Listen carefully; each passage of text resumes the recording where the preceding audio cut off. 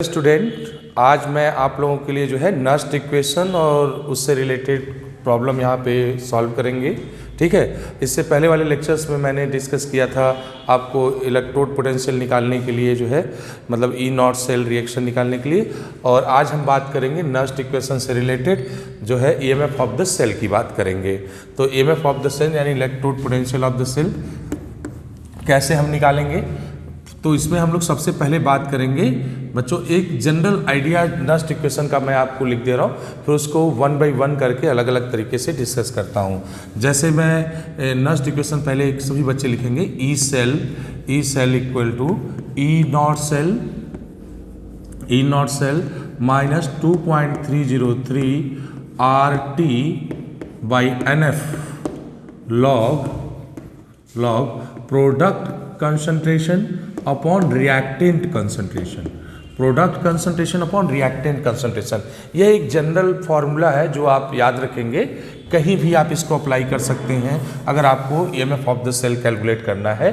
तो EMF of the cell निकालने के लिए यह एक जनरल फार्मूला है जिसको आप आसानी से दिमाग में रख सकते हैं, और इसकी हेल्प से मैं आज आपको प्रॉब्लम भी सॉल्व करना सिखाएंगे कि कैसे नस्ट इक्वेशन से रिलेटेड क्वेश्चन सॉल्व होते हैं।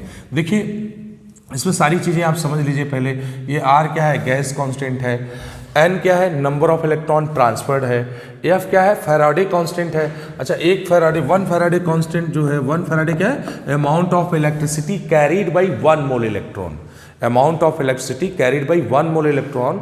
R दोनों क्या बच्चों, 1 फैराडे। तो वन फैराडे अप्रॉक्सीमेटली इसको कैलकुलेट करके याद रखिएगा, ये अप्रॉक्स वैल्यू ये है 96500 कूलम। तो 1 फैराडे में इतनी वैल्यू ये होती है, याद रखना है आपको। T फॉर टेम्परेचर है यहाँ पे। ई नॉट सेल हम निकालना पहले बच्चों को सिखा चुके हैं। ये प्रोडक्ट अपॉन रिएक्टेंट, वो एक्टिव मास दिखा रहा है, यानी प्रोडक्ट का एक्टिव मास अपॉन रिएक्टेंट का एक्टिव मास। फाइनली जब इस इक्वेशन को हम देख लेते हैं तो ये अलग अलग तरीके से इसको हम यूज करते हैं। जैसे फॉर सिंगल इलेक्ट्रोड, पहले हम फॉर सिंगल इलेक्ट्रोड बात करेंगे कि सिंगल इलेक्ट्रोड के लिए हम कैसे EMF of the cell calculate करेंगे। फॉर सिंगल इलेक्ट्रोड, जैसे मान लो ये एक रिडक्शन रिएक्शन दिया हुआ है कि n टाइम्स इलेक्ट्रॉन लेकर के ये m सॉलिड ऐसे बना रहा है।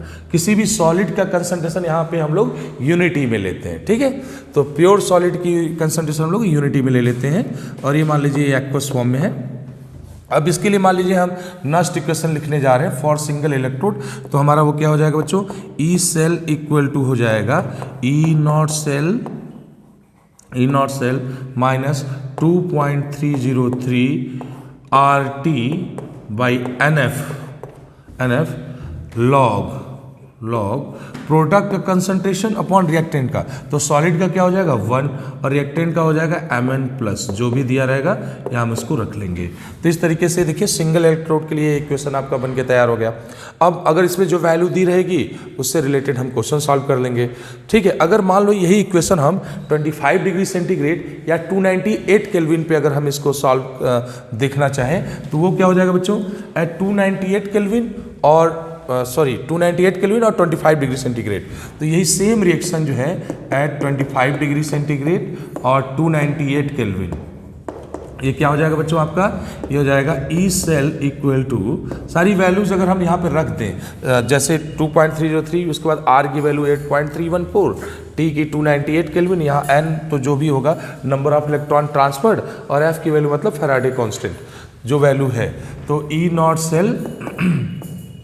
नॉट सेल माइनस 2.303, R की वैल्यू 8.314, और इसमें बच्चों हम लोग मल्टीप्लाई कर लें 298 केल्विन का। अच्छा, यहाँ पे जगह यार कम पड़ रहा है हमारे पास। ठीक है, तो इसको थोड़ा हम इधर आगे कर लेते हैं, इधर जगह हमारे पास कम पड़ा है तो थोड़ा सा हम इधर से बढ़ेंगे बच्चों, है ना। देखते हैं कैसे करेंगे। ई सेल इक्वल टू क्या करेंगे, E cell equal to E not cell minus 2.303, उसके बाद 8.314 T 298 kelvin log 1 upon metal ion concentration. तो यहाँ पे इसको हम लोग ऐसे मेंशन कर लेंगे, अपॉन यहाँ क्या कर लेंगे बच्चों, N इंटू 96500, ये कूलम उसकी वैल्यू सारी रख लेंगे। अब अगर आप इसको सिंप्लीफाई करते हैं तो ई नॉट सेल और ये सिंप्लीफाई होकर जो आएगा बच्चों वो हो जाएगा 0.059 by N log 1 upon metal ion concentration. तो देखिए सिंगल इलेक्ट्रोड के लिए हम लोग ये डायरेक्ट अप्लाई करेंगे इसको। अगर सिंगल इलेक्ट्रोड का 25 डिग्री सेंटीग्रेड पे एट 25 डिग्री सेंटीग्रेड, याद रखेंगे एट 25 डिग्री सेंटीग्रेड या 298 केल्विन पे हम लोग इसको डायरेक्ट अप्लाइड कर लेंगे, ठीक है। और अगर ऐसे एज सिंपल किसी और टेम्परेचर पे बात करेंगे तो हम लोग ये फार्मूला यूज करेंगे। तो ये हमारा सिंगल इलेक्ट्रोड के लिए हो गया। अभी इससे रिलेटेड क्वेश्चंस भी आपको दे सकता है, आपसे डायरेक्ट पूछ सकता है। जैसे एक एग्जांपल मैं करके आपको चलता हूँ। मान लो बच्चों कि एट 25 डिग्री सेंटीग्रेड एक सिंगल इलेक्ट्रोड का रिएक्शन आपको दे दे और आपसे पूछे कि भाई बताओ इसके लिए ईएमएफ ऑफ द सेल क्या होगा। जैसे सिंगल इलेक्ट्रोड के लिए बहुत वेल नोन एक, मान लो हमारे पास क्वेश्चन देते कि भाई Cu+2 से Cu सॉलिड में जा रहे हैं और इसके लिए E0 सेल जो है दे रखा है, मान लो 0.34 वोल्ट ऐसे कुछ दे रखा है, ठीक है। और यहाँ पे इसका कंसंट्रेशन दे रखा है हमारे लिए 0.01 मोलर। तो हमसे बोले कि ऐसा कर दो कि भाई ईएमएफ ऑफ द सेल निकालिए, ई सेल निकालिए, ऐसा क्वेश्चन हम लोग से पूछा जाता है। क्या करेंगे यहाँ पे, सब कुछ दिया हुआ है आपके पास, तो क्या करेंगे यहाँ पे 0.34 माइनस, अच्छा एक बात और मेंशन रहेगा इस क्वेश्चन में कि एट 25 डिग्री सेंटीग्रेड या 298 केल्विन, जनरली आपको यही पूछा जाएगा कि 25 डिग्री सेंटीग्रेड या 298 केल्विन पे, जनरली क्या मोस्टली कह लीजिए। तो ये 0.34 ये हो जाएगा 0.059 बाई कितने इलेक्ट्रॉन का ट्रांसफर हो रहा है, अगर आप देखें तो 2 इलेक्ट्रॉन का +2 से कॉपर सॉलिड 2, तो यहाँ हो गया लॉग, और ये हो जाएगा 1 upon metal ion concentration, metal ion concentration यानी Cu2+, तो यानी ये हो गया 0.01। अब अगर हम इसको सॉल्व करें बच्चों तो 0.34 माइनस 0.059 बाई 2, ये हो गया आपका लॉग 10 की पावर 2 हो जाएगा। 2 log 10 तो 2 से 2 कैंसिल, ये बच जाएगा 0.34 माइनस 0.059। हम जो 2 कैंसिल बोल रहे हैं वो यहाँ से आप समझिए यहाँ 2 आगे आ जाएगा, ये log 10 की वैल्यू 1 हो जाएगी। तो ये 2 से 2 ये कैंसिल, मैं इसी को बोल रहा था। अब ये देखिए कुछ नहीं करना है बच्चों, यहाँ पे इसको सॉल्व कर लेना है 0.34 माइनस 0.059। अब यहाँ अगर इसको देखें तो आंसर क्या आ जाएगा आपका 0.34 माइनस 0.059। अब इसको सॉल्व कर लेंगे, यहाँ से क्या हो जाएगा, ये हो जाएगा 1 और उसके बाद जो है ये इसको यहाँ सिंप्लीफाई कर लेते हैं 0.34 आसानी से। ये आंसर आपका गलत नहीं होना चाहिए, क्योंकि अगर एक पॉइंट भी इधर उधर हम लोग मिस करते हैं तो आंसर हमारा गड़बड़ आएगा। तो यहाँ जो है हमारा क्या हो जाएगा 1 हो जाएगा और ये 8 ये 2, तो आ गया 0.281 वोल्ट, 0.281 वोल्ट, ये हमारा आंसर आ जाएगा। इस तरीके से हम सिंगल इलेक्ट्रोड के क्वेश्चन जो है, सिंगल इलेक्ट्रोड के लिए अगर आ जाए स्टैंडर्ड रिडक्शन इलेक्ट्रोड पोटेंशियल के टर्म पे, तो इसको आसानी से हम यहाँ से क्वेश्चन ये इसको सॉल्व कर सकते हैं। सिंपली अगर हम देखें तो मैक्सिमम हमने देखा है कि जब भी क्वेश्चन पूछता है 25 डिग्री सेंटीग्रेड या 298 केल्विन पे, तो बहुत इसमें हेडेक नहीं लेना है, बहुत परेशान नहीं होना है, आराम से ये आपके फार्मूला हो गया और ये उससे रिलेटेड क्वेश्चन जो हम लोगों ने सॉल्व कर लिया। नेक्स्ट इस पर हम बढ़ेंगे कि Nernst equation for electrochemical cell reaction, Nernst equation for electrochemical cell reaction. Same topic को आगे हम कंटिन्यू करेंगे, बस क्या करना है यहाँ पे इलेक्ट्रोकेमिकल सेल रिएक्शन के लिए हम बात करेंगे कि इलेक्ट्रोकेमिकल सेल रिएक्शन के लिए ये कैसे आप इसको रिप्रेजेंट करो। कोई इलेक्ट्रोकेमिकल सेल अगर आ जाए, मान लो हमारा ये कहना है नस्ट इक्वेशन फॉर किसके लिए देखने जा रहे हैं हम लोग, for electrochemical cell reaction, for electrochemical cell reaction, chemical cell reaction, electrochemical cell reaction. अगर हम इलेक्ट्रोकेमिकल सेल रिएक्शन जैसे हमारे पास रिएक्शन हो A B equal to C plus D, मान लो ये दिया हुआ है। अब इसके लिए हमें देखना है कि नस्ट इक्वेशन क्या होगा, तो हम डायरेक्ट यहाँ से लिख सकते हैं क्या, E cell equal to E0 cell minus 2.303 RT by NF log product का कंसंट्रेशन अपॉन रिएक्टेंट का। तो अब देखिए प्रोडक्ट में यहाँ ये है, रिएक्टेंट भी ये है, तो प्रोडक्ट का कंसंट्रेशन जो कोफिशिएंट होगा वो पावर में चला जाएगा, प्रोडक्ट का कंसंट्रेशन अपॉन रिएक्टेंट का कंसंट्रेशन। बहुत सिंपली बच्चों हम यहाँ से इसको देख सकते हैं, प्रोडक्ट अपॉन रिएक्टेंट, जो हमने पहला इक्वेशन बताया था, अगर वो आपके दिमाग में दौड़ रहा है तो नेक्स्ट क्वेश्चन कभी गलत हो ही नहीं सकते। देखिए क्वेश्चन हम तब गलत करते हैं जब हमने बेसिक फंडामेंटल हमें नॉलेज ना हो, दूसरा हमें कैलकुलेशन ना आते हो। तो फिजिकल के प्रॉब्लम में ये दोनों चीज़ें जब कमी रहेगी आपका कि बेसिक फंडामेंटल ना क्लियर हो और कैलकुलेशन ना आते हो, तो फिर वो आपका नहीं हो पाएगा क्वेश्चन। लेकिन अगर बेसिक फंडामेंटल क्लियर है कि भाई ये सिंपल फार्मूला है और हमें इसका कौन सा डेरिवेशन जाना है, हमें तो ये फार्मूला दिमाग में रखना है और इससे रिलेटेड जो क्वेश्चन है उसको सॉल्व कर देना है। अब देखिए मान लीजिए यही इक्वेशन अगर हम बात करें, आपने देखा होगा बुक में यहाँ पे QC लिखा रहता है, QC, कि मान लो ये बाई डायरेक्शनल रिएक्शन है या रिवर्सिबल रिएक्शन है, तो उसके लिए यहाँ QC टर्म यूज कर दिया। QC क्या होता है? Ratio of concentration of product to the ratio of concentration of reactant at any point of time other than equilibrium. तो वहाँ QC टर्म यूज करता है। अगर वही हम लोग इसको इक्विलिब्रियम पे टर्म यूज कर लेंगे तो QC की जगह KC कर देते हैं। फिलहाल हम वहाँ जाने से पहले एक बात और आपको डिस्कस कर दें कि अगर मान लो यही सारी बातें एट 25 डिग्री सेंटीग्रेड हो और 298 केल्विन पे या हो डिस्कशन, तो हमें इसको क्या लिख सकते हैं? इसका सिंप्लीफाइड फॉर्म क्या देख सकते हैं? E cell equal to E not cell minus 0.059। अब हम डायरेक्ट लिख रहे हैं क्योंकि हम इससे पहले डिस्कस कर चुके हैं सिंगल इलेक्ट्रॉन में, तो हमें डायरेक्ट लिख सकते हैं N, ठीक है, लॉग प्रोडक्ट का कंसंट्रेशन अपॉन रिएक्टेंट का कंसंट्रेशन, यानी C के पावर C, D का पावर D और A का पावर A और B का पावर B। बच्चों देखो होता क्या है कि अगर मैं यहाँ QC लिखूंगा तो आपको दिमाग में आइडिया ये हो जाना चाहिए कि प्रोडक्ट का concentration upon reactant concentration eight any point of time other than equilibrium. लेकिन अगर हम इक्विलिब्रियम पे बात करें, एट इक्विलिब्रियम, तो देखिए यहाँ पे एक बेसिक चीज़ें आपको चेंज करनी पड़ती है।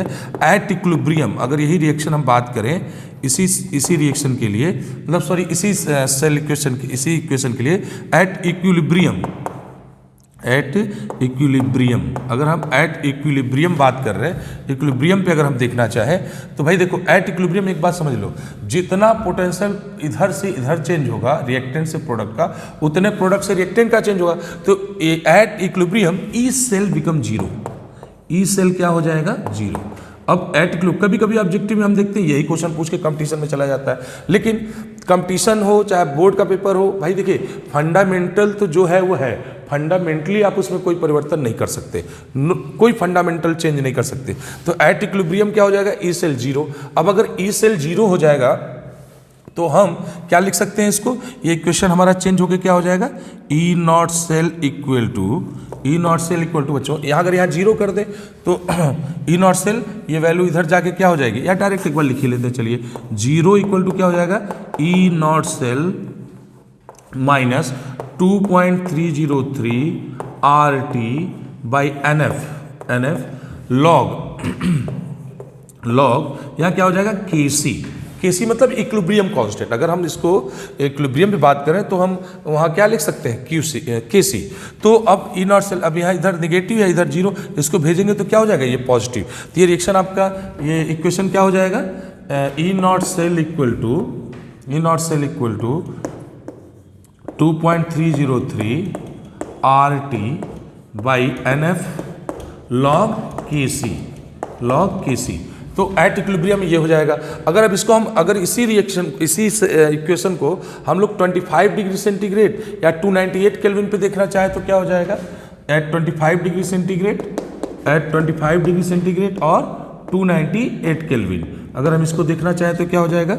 E not cell equal to हमारा हो जाएगा 0.059 बाई N log KC। अब इससे रिलेटेड क्वेश्चन भी आपसे पूछे जाएंगे, ठीक है? तो मैं समझ सकता हूं कि अब इसमें जो भी क्वेश्चन पूछा जाएगा या तो KC आपसे पूछ लेगा, या KC देकर के ई नॉट सेल पूछेगा, या ई नॉट सेल देकर के आपसे KC पूछ लेगा। तो इससे रिलेटेड क्वेश्चंस भी हम आपको कराएंगे। फिलहाल आप ये एक बार इसके बेसिक फंडामेंटल को समझे कि कैसे ये फार्मूला जो है कन्वर्ट होता है एक फॉर्म से दूसरे फॉर्म में, और ये इलेक्ट्रोकेमिकल सेल के लिए हम क्या फार्मूला लिखते हैं, ठीक है? चलिए हम समझ रहे हैं कि इससे रिलेटेड एक क्वेश्चन भी आपको कराते चलें। जैसे देखिए एक क्वेश्चन मैं आपको डिस्कस कर दूं, पहले फार्मूला दिमाग में रखते रहना कि भाई 298 केल्विन पे क्या यूज करेंगे या 25 डिग्री सेंटीग्रेड पे, अगर अदर टेम्परेचर पे देगा तो उसको हम क्या यूज करेंगे, ये आपको अपने दिमाग में रखना है। फिलहाल एक क्वेश्चन के साथ मैं इसको आगे थोड़ा बढ़ाता हूँ बच्चों, ठीक है। और इस पे एक क्वेश्चन, दो क्वेश्चन जो भी बने सिंपली उसको आप आसानी से सॉल्व कर सकते हैं। जैसे देखिए मैं एक क्वेश्चन दे रहा हूँ, इसको आप बताता भी हूँ, सिखाता हूँ, इससे रिलेटेड आप क्वेश्चन इन्हीं समय आप सॉल्व कर सकते हैं। जैसे आ जाए कैलकुलेट, आपको क्वेश्चन आ जाए, मान लो कैलकुलेट, एक क्वेश्चन है calculate the EMF of the cell, EMF of the cell for a given reaction, for a given reaction क्या है बच्चों आपका देख लीजिए। for a given reaction ये Cu plus Ag2 plus Cu ना लेके Cu तो अभी लिए ही थे, ऐसा करते हैं निकल ले लेते हैं, थोड़ा अलग करते हैं इसको, निकल ले लेते हैं, और 2Ag प्लस इक्वल टू ये हो जाएगा 2Ag plus Cu plus 2, sorry बार यार, निकिल प्लस 2, ठीक है, ये आ जा रहा है आपका। तो मान लो ये सॉलिड है और ये एक्वस फॉर्म में होगा, और यहाँ सॉलिड हो जाएगा ये एक्वस फॉर्म में। मान लो इसका कंसंट्रेशन दिया हुआ है 0.002 मोलर और इसका दिया हुआ है 0.004 मोलर दे रखा है, ऐसे 0.004 इसका दे रखा है, 0.002 मोलर दे रखा है। और जो इसके लिए cell reaction E0 cell reaction है, E0 सेल रिएक्शन वो दे रखा है 1.05 वोल्ट। तो एट 2, और ये कैलकुलेट करना, क्या करना है, calculate the EMF of the cell, calculate the EMF of the cell, यहाँ पे लिखना है बच्चों EMF ऑफ द सेल, ये थोड़ा समझे, EMF of the cell for a given reaction, ये क्वेश्चन हो गया। E0 सेल इसके लिए दे रखा है एट 25 डिग्री सेंटीग्रेड और 298 केल्विन।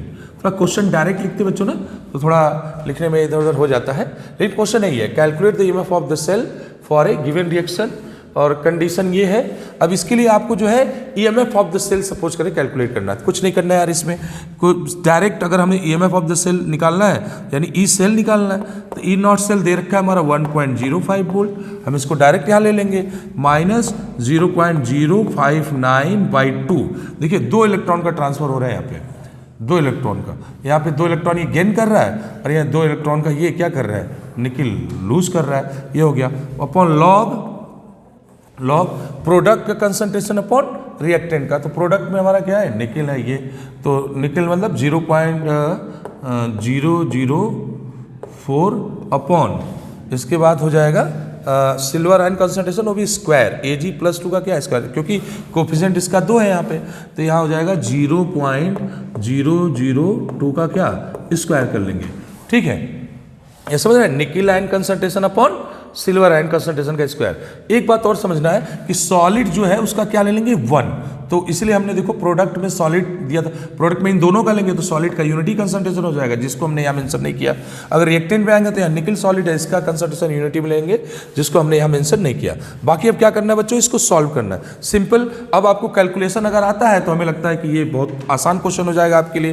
क्या करना है, इसको 1.0, इसको ई सेल इक्वल टू हो जाएगा आपका 1.05 माइनस 0.059/2 लॉग। अब देखिए क्या हो जाएगा, ये 4, ये हो जाएगा 2 × 10⁻³ का स्क्वायर, ये 4 × 10⁻³, तो 4 × 10⁻6, ये 4 × 10⁻3, तो हो जाएगा 4 × 10⁻3, ये हो गया 4 × 10⁻6, और ये 4 से 4 क्या हो गया, कैंसिल हो गया। और बाकी अब कर लेंगे इसको हम लोग यहाँ पे 1.05 माइनस 0.059/2 लॉग 10 का पावर आ जाएगा 3। देख सकते हैं इसको अब यहाँ पे कितना आसान होता जा रहा है हमारे लिए, log 10 की पावर 3, तो ये 3 log 10 हो जाएगा, 3 log 10, तो log 10 की वैल्यू 1, तो इसको हम क्या कर लेंगे यहाँ पे 1.05 माइनस 0.059/2 और 3 log 10 मतलब 3 × log 10 की वैल्यू 1 हो जाएगी। अगर हम इसको 0.059 को अप्रॉक्स 0.06 इमेजिन कर लें तो ये 0.03 के आसपास आ जाएगा। हम इसको अप्रॉक्स काट लेते बच्चों यहाँ पे 0.03 के आसपास, और ये मल्टीप्लाई कर लेंगे इसमें 3 3 जा 9, ये 0 और सॉरी तो 1.05 माइनस 0.09। अब इस 0.09 को यहाँ से माइनस कर लेंगे, हमारा आंसर आ जाएगा। माइनस आपको कभी भी दिक्कत करे तो आप जानते हैं आसानी से कोई भी तरीका आप यहाँ निकाल सकते हैं। अब जैसे देखिए 5 है, 5 में से 9 तो कैरी लेकर के आप जाएंगे तो 5 में से 9 यानी 6 है ना, तो 15 माइनस 9 करेंगे तो कितना आएगा 6, ठीक, यहाँ 6 आ गया आपका। और यहाँ बचा 9, तो 9 पूरा का पूरा आप यहाँ पे उसको कर लेंगे, 0.96 वोल्ट के आसपास आपका आंसर आ जाएगा।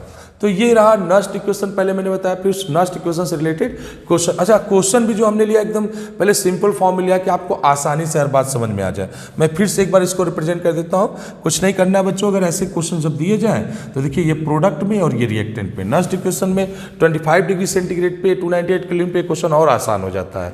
प्रोडक्ट का कंसंट्रेशन अपॉन रिएक्टेंट कंसंट्रेशन रख करके, अच्छा जो कोफिशिएंट होता है उसका हम जरूर पावर ले जाते हैं, तो वो यहाँ सब कुछ कर लिया, बाकी कैलकुलेशन है। मुझे नहीं लगता कि इस क्वेश्चन को आपको समझने में कोई दिक्कत हुआ होगा। थोड़ा मैं जब लिखता हूं तो क्वेश्चन खुद थोड़ा जल्दी बनाने में आपको एक आध पॉइंट इधर उधर हो जाता है, लेकिन इसके क्वेश्चन आप समझ सकते हैं, बहुत ही आसान होते हैं।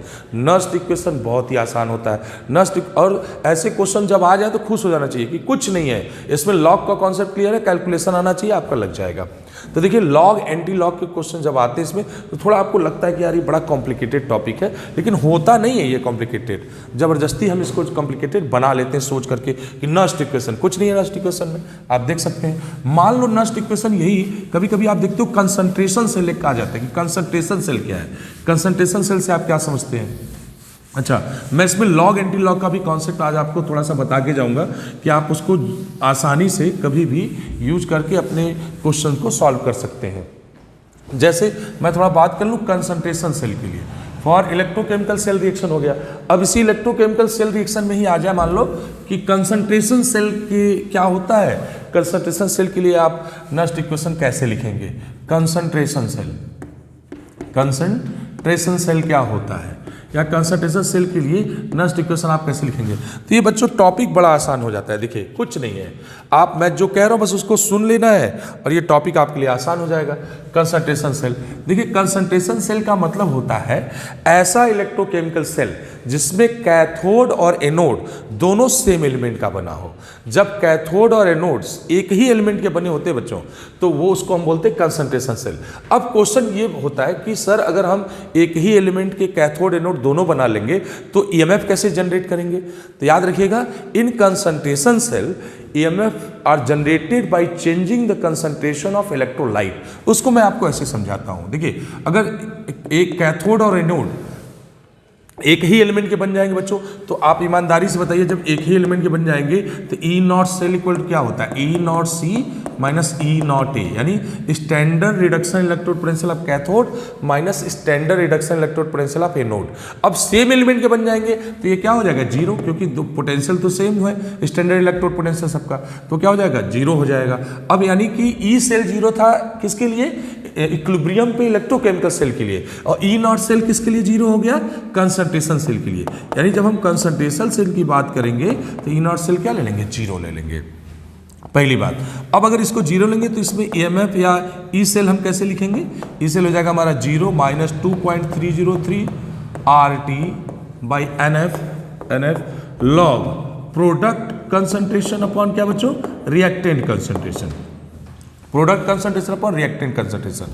अब देखिए अगर इधर निगेटिव है E cell, E not cell तो जीरो हो गया, तब क्या करेंगे? हम इसको ई सेल लिख सकते हैं 2.303 RT by NF log reactant का कंसंट्रेशन अपॉन प्रोडक्ट। देखिए लॉग ए माइनस बी होता है, हम इसलिए इसको ऊपर लेंगे, इसको नीचे, और यहाँ साइन इसका हटा दिए, ठीक है। तो ये ई सेल इक्वल टू हो जाएगा 2.303 RT log reactant concentration upon product by NF.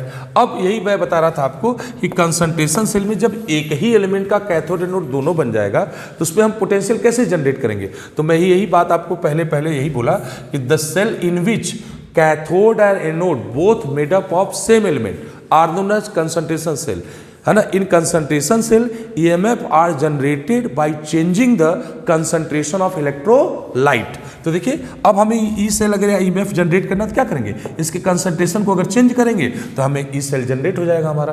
तो फिर से दिमाग बैठा लेते हैं, the cell in which cathode and anode both are made up of same element and potential are generated by changing the concentration of electrolyte are known as concentration cell।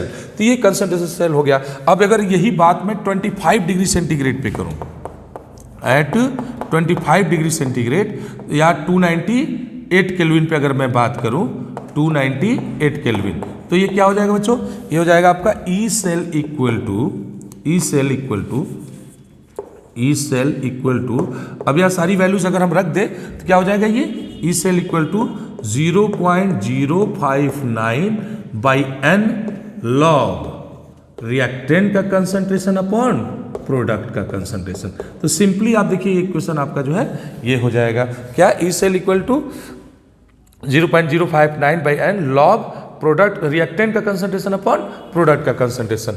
अब इससे related जो भी क्वेश्चन आएंगे उसको हम बहुत आसानी से सॉल्व कर सकते हैं। देखिए मैं लॉग एंटी लॉग का भी आपको कॉन्सेप्ट कह रहा था, तो ये आप कर लीजिए। अब इस तरह के क्वेश्चंस को लॉग एंटी लॉग का कॉन्सेप्ट बताने के बाद मैं आपको क्वेश्चन सॉल्व करा दूंगा।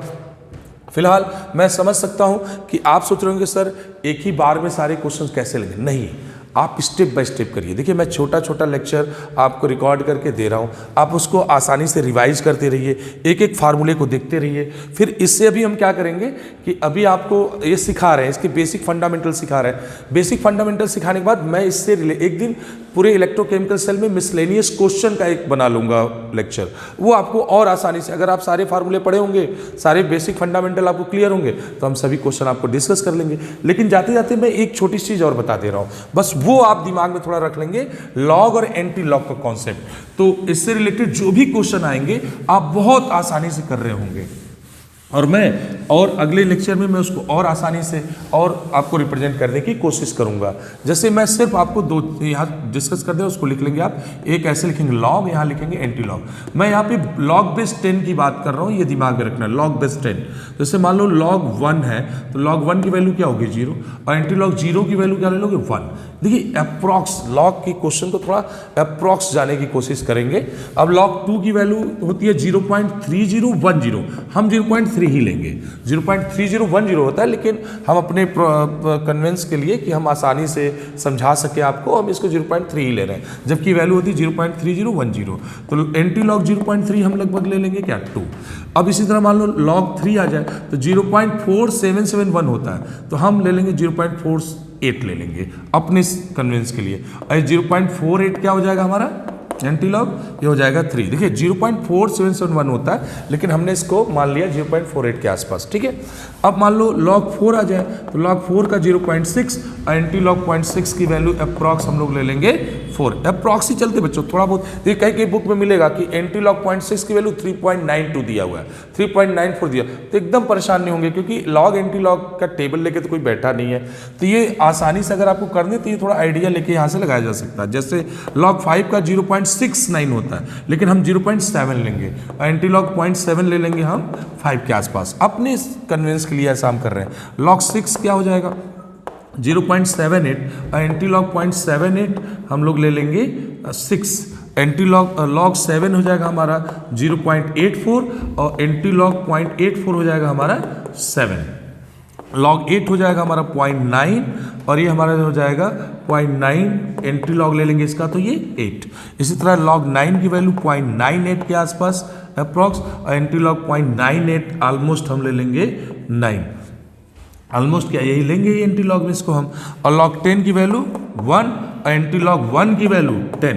अब देखिए एंटी लॉग 1 की वैल्यू 10 है तो हम यहाँ क्या कर सकते हैं, या इससे ऐसे देख लेते हैं। अगर मान लो एंटी लॉग हमारे पास आ जाए एंटी लॉग 2 तो क्या करेंगे 10⁻2 या 100 कर लेंगे। अब भाई लॉग एंटी लॉग 1 की वैल्यू 10 तो log 2 की वैल्यू 100 यानी है। अब इसी तरह अगर हम करें एंटी लॉग 3 तो यहाँ क्या हो जाएगा 1000 या 10⁻3। इसी तरह बच्चों अगर हम लिख लें एंटी लॉग -3 एंटी लॉग -3, तो ये हो जाएगा हमारा 10 पावर -3। तो इस तरह से लॉग एंटी लॉग का कॉन्सेप्ट हमारे दिमाग में अगर रहेगा तो कोई भी क्वेश्चन यहाँ से हमसे पूछा जाएगा, तो अगर हम ये अपने दिमाग में इसको सेट करके रखे हैं कि लॉग का क्या वैल्यू है, एंटी लॉग का क्या वैल्यू है, तो हम फिजिकल के क्वेश्चन जो लॉग या एंटी लॉग बेस्ड होते हैं बहुत आसानी से हम उसको कर सकते हैं। जैसे मैं छोटा सा इस पर एक एग्जाम्पल आपको सिंप्लीफाई करके दिखाते हुए आगे बढ़ जाऊँगा। जैसे मान लो आगे आपको लॉग तो आप कर ही लेते हो, लेकिन एंटी लॉग में मान लो ऐसे आ जाए कि भाई एक टर्म है, मान लो आपको दिया हुआ है एक वैल्यू है आपकी कि ये एंटी लॉग, मान लो एक वैल्यू है एंटी लॉग 15.6 और आपको इसको सॉल्व करना है। भाई हमें एंटी लॉग 15.6 की वैल्यू क्या होगी, कुछ नहीं करना बच्चों, इसको लिखना है एंटी लॉग 15 प्लस 0.6। अब देखिए एंटी लॉग 15 यानी 10 पावर 15 और 0.6 को कहाँ ले लेंगे हम लोग, इसको ले लेंगे 0.6 यहाँ से 4, तो अप्रॉक्स देखेंगे तो 4 इंटू 10 पावर 15, या इसको बुक में मान लो अगर कहीं दिया 3.92 तो ठीक है मान लेंगे, लेकिन हम लोग यहाँ से अपने क्वेश्चन को और आसान बना सकते हैं। कभी कभी ये क्वेश्चन थोड़ा सा आपको एक बार और परेशान करता है। जैसे एग्जाम्पल ऐसे हो, मान लो pH दे रखा है कि 4.7 है और आपसे बोले भाई ऐसा करो H प्लस साइन कंसंट्रेशन मेरे को बता दो, बिल्कुल परेशान नहीं होना है। क्या करना है यहाँ पे, देखिए P का क्या मतलब होता है, मैथमेटिकल टर्म में जाएंगे तो P मतलब माइनस लॉग। अब इसको दिमाग में आपको बस रखना है, P मतलब माइनस लॉग। क्या करना है यहाँ पे, हम यहाँ लिख लेंगे pH की जगह लिखेंगे minus log H plus ion concentration equal to क्या कर लेंगे 4.7। हम थोड़ा सा जगह को और लेते हुए हम उसको यहाँ डिस्कस कर लेते हैं बच्चों। अगर आप इसको जो है अच्छे से नोट कर लिए होंगे तो देखिए मैं यहाँ पे इस क्वेश्चन को यहाँ पे डिस्कस कर देता हूँ कि मान लो ऐसे कोई एग्जाम्पल्स आ जाए तो कैसे आप उसको आसानी से सॉल्व कर सकते हैं। Minus log H plus ion concentration, तो भाई देखो क्या लिखोगे उसको लॉग, अब अगर मैं उसको लिखना चाहूँ तो लिख सकता हूँ H प्लस आयन कंसंट्रेशन क्या हो जाएगा हमारा, H प्लस आयन कंसंट्रेशन हो जाएगा एंटी लॉग -4.7, ऐसे हो जाएगा। तो मैं इसको लिख सकता हूँ भाई एंटी लॉग -4 अब देखिए ये जो इसको ऐसे लिखने के बाद ऐसे लिख देने से कोई फर्क तो पड़ेगा नहीं। एक फर्क और नहीं पड़ेगा, यदि आप इसमें +1 ऐड कर दें -1 घटा दें, यानी एक +1 -1 कर दें कोई फर्क नहीं, ये तो 0 हो जाएगा। लेकिन हमें इससे बड़ा इस जो इक्वेशन को सिंप्लीफाई करने में हमको बहुत आसानी हो जाएगी। क्या -1 या -4 है, इसको हम मिला देंगे क्या हो जाएगा ये एंटी लॉग -5 और ये देखिए ये मिलके क्या हो जाएंगे 0.3। अभी आपने देखा था कि अप्रॉक्सीमेट जो एंटी लॉग 0.3 की वैल्यू थी वो क्या थी 2 एंटी लॉग 0.3 की, अरे -5 है तो हो गया 10 के पावर -5 और ये हो गया 2। आंसर क्या हो जाएगा हमारा 2 इंटू 10 पावर -5। तो इस तरीके से आसानी से आप लॉग या एंटी लॉग क्वेश्चन जो आपको नेक्स्ट इक्वेशन में आएंगे, अगर आप एंटी लॉग यहाँ सीख चुके हैं तो किसी क्वेश्चन को भी आप ट्राई करिएगा बच्चों, ट्राई करेंगे खूब बढ़िया ट्राई करेंगे और इसकी हेल्प ट्राई करेंगे तो बहुत आसानी से आपके क्वेश्चन लग जाएंगे। फिलहाल मैं इससे रिलेटेड नेक्स्ट इक्वेशन से रिलेटेड मिसलेनियस क्वेश्चन इस पूरे टॉपिक के लेक्चर्स को जब मैं रिकॉर्ड कर लूंगा तो एक मिसलेनियस क्वेश्चन का पूरा मतलब हर फार्मूले से या हर टॉपिक से रिलेटेड एक एक क्वेश्चन आपको यहाँ लेकर आऊँगा और आसानी से उसको डिस्कस करके आपको समझाने का अगेन प्रयास करूँगा और रिवाइज करा दूंगा। और आज के लिए बेटा इतना ही, थैंक यू।